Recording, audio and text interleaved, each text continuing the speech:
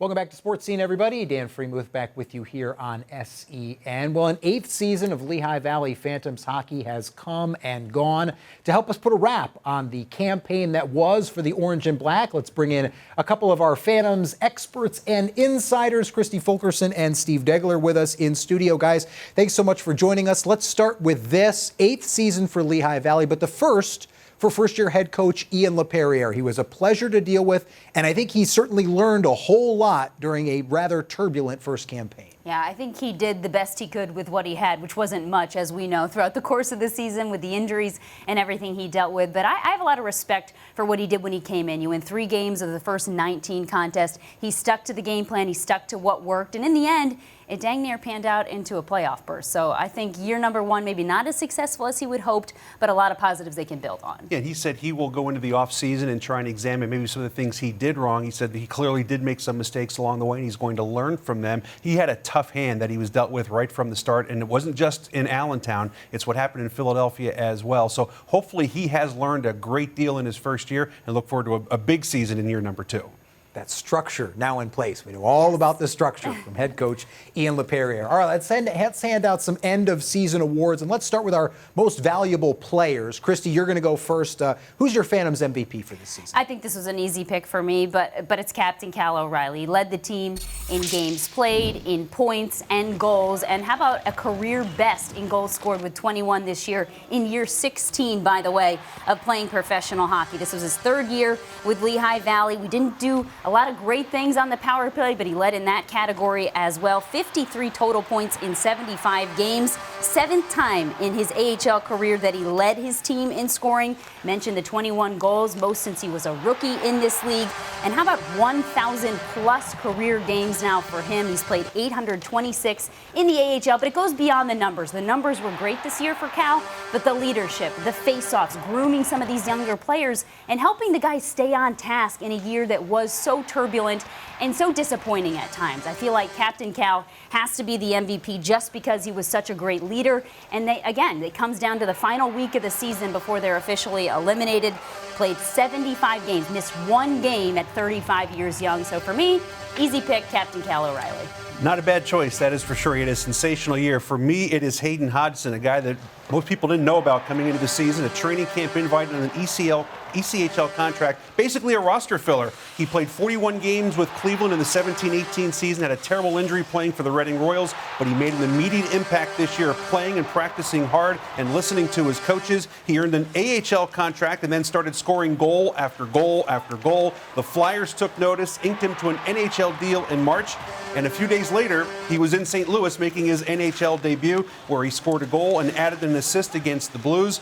In all, he played 6 games with Philadelphia, totaling 3 points with the Phantoms. 46 games played, 19 goals, a career high, 12 assists, and 31 points. When he came back from the NHL, he was injured, did not play the final 11 games of the season. Had he played those games and kept scoring at his pace, I think you could say the Phantoms would have had a much better shot at being a playoff team in the AHL. From where he came from to where he got this year, the season he had, Hayden Hodgson is my MVP.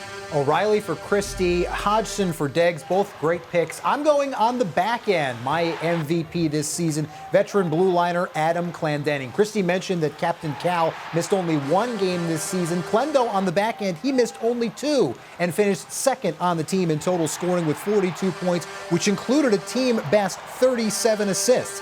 He led all Phantoms blue liners in games played this season, assists, total points, and shots on goal with 144 bids on target. You're also taking a look at that overtime game winner on New Year's Day against Bridgeport. Clendening now in his AHL career has 6 game-winning goals, half of them, 3, coming this season in the Orange and Black. He had 9 multi-point games this season. He was an offensive dynamo from the blue line and also a minutes muncher on a back end that featured a whole host of young defensemen. Adam Clendening was that veteran presence, that stalwart on the back end. So my most valuable player this season, for the Lehigh Valley Phantoms, Adam Clendenning, the veteran defenseman. Okay, guys, so we're talking individuals in terms of most valuable players. O'Reilly for Kristi, Hodgson for Deggs, Clendenning for myself. How about individual moments? Let's talk goals of the year. Kristi, you're up first again. So many great goals this year. Yeah. But I'm going back to early on in the season. Again, it was a tough start, but this was November 13th against Springfield. Now, unfortunately, this was one of those games they lost in overtime. But check out this play by Morgan Frost along the boards. Now, this is a team shorthanded right now in the Phantoms. He creates the 2-on-1, finds Max Willman, who goes forehand, backhand for the finish past Charlie Lindgren. But it starts with that extra effort in their own defensive zone. They're able to create that extra space and the skillful finish there by Max Willman. It was his second shorthanded goal of the season. 6th goal overall on the season. He finishes with 19 points in 34 games, and we know Morgan Frost spent most of the season up with the Philadelphia Flyers, but the only goal of the game, and boy was it one to remember, between the Frost and Willman connection shorthanded. My goal of the year, we go to New Year's Eve in Utica, where the Phantoms were down 4-0 and 5-1, but tied the game with 36 seconds left and then won it in overtime. Hayden Hodgson got the tying goal, and then Cal O'Reilly sets up the game winner as well. The Phantoms win it 6-5 against a team that was 18-1-2 at the time, 10-1 at home for the Phantoms. That gave them a 6-game point streak. What a come-from-behind win in overtime in Utica.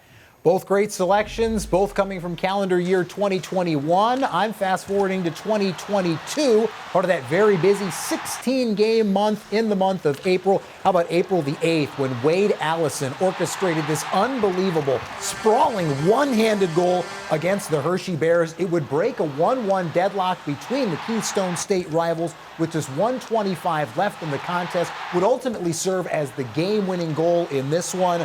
Allison, of course, a tremendous year, marred with some injuries, but when he was healthy, he just plays with that reckless abandon and a passion for the game, beautifully personified by that goal April the 8th against Hershey. So that Wade Allison one-handed tally is my goal of the year. Now, we spend a lot of time all season long breaking down the numbers, digging into the statistics, what's working for this team, what's not. And so at the end of it all, 76 games in the books, let's take a look at what we have pegged as our standout stats from the 2021-22 season. And Kristi, you're up first again. Yeah, I mean, I'm going back to the veterans. We talked about Cal, you talked about Clendenning, add in there Garrett Wilson, and those three players combined for 25% of this team's offense. That's 128 of 511 points. The next 6 scorers only got to 127. So 37 years of experience. They missed a combined 9 games. Those are a couple extra numbers for you. But those 3 players carried a bulk of the load this year, and the team needed every bit of it. For me, it's the amount of players that we saw during the course of the year. There was absolutely no continuity for this team whatsoever, whether it's 5-on-5 on the power play.